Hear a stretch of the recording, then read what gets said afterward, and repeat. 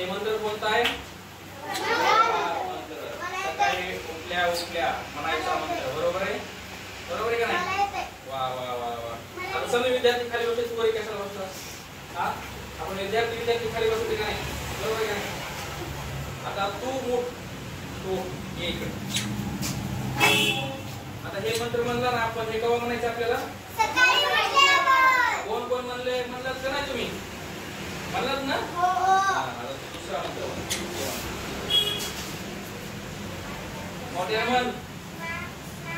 आम्हाला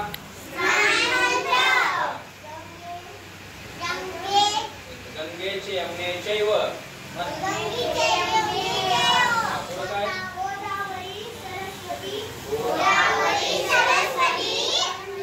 सिंधु कावेरी जले अस्मिन् सन्निधी कुरु. आपण ज्यावेळेस आंघोळ करतो ना त्यावेळेस नाही का, हे माँ गंगा, हे माँ यमुना, हे माँ गोदावरी, सरस्वती, नर्मदे, सिंधू, कावेरी सप्त जल आपल्या पात्रातून आपल्याला सप्त गंगेचं, सप्त नद्यांचं स्नान झालं पाहिजे यासाठी आपण मंत्र म्हणतो. म्हणतो का नाही? हे कोणी मंत्र म्हणला आंघोळ करते ना? नाही, कोणीच नाही. आता त्यानंतर आहे भोजन मंत्र. हे म्हणतो भोजन मंत्र.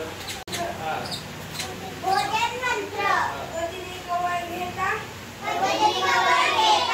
नाम घ्या श्री हरीचे सहज होते नाम घेता. याला काय म्हणजे भोजन मंत्र.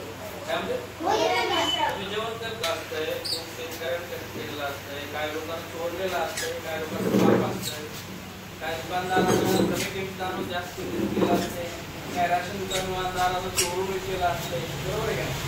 ते अन्नाचं पाप जेव्हा आपल्या घरामध्ये येतं, ज्यावेळेस आपण भोजन करतो, त्या भोजनामध्ये पाप आपल्याला लागू नये म्हणून आपण त्याला काय करतो, छोटासा घास तोडायचा. आपण एकट्याला काही खायचं नाही. त्या पृथ्वीवर आपल्यासारखे लाखो जीव आहेत, त्याच्यामध्ये मुलगी, किडे, पार, साप, विंचू, खूप सारे जीव आहेत. मग आपण एकट्याला काही खायचं नसते. एवढं वर्ष घास तोडायचा आणि ताटात वाहून साईडला ठेवायचं. बरोबर आहे?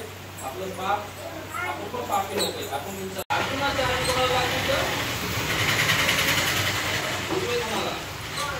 दुर्योधनाला असं भव्य रूप दाखवतं आणि दुर्योधनाला म्हणले होते की बाबा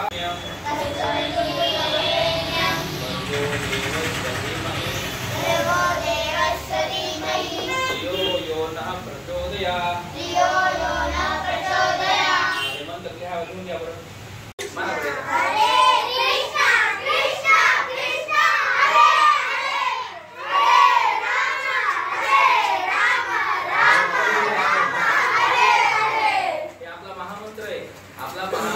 किचन मध्ये जाऊन स्वयंपाक बनवला पाहिजे. काय आपल्या मम्मीला सांगा की बाबा महामंत्र किचन मध्ये लावायचा आणि स्वयंपाक करायचा. स्वयंपाक केल्याच्या नंतर प्रथम सर्व पहिल्यांदा नाही का आपला प्रसाद जे आहे ते देवाला ठेवायचा. आपण लगेच खायचा नाही, गप्पा खायचा.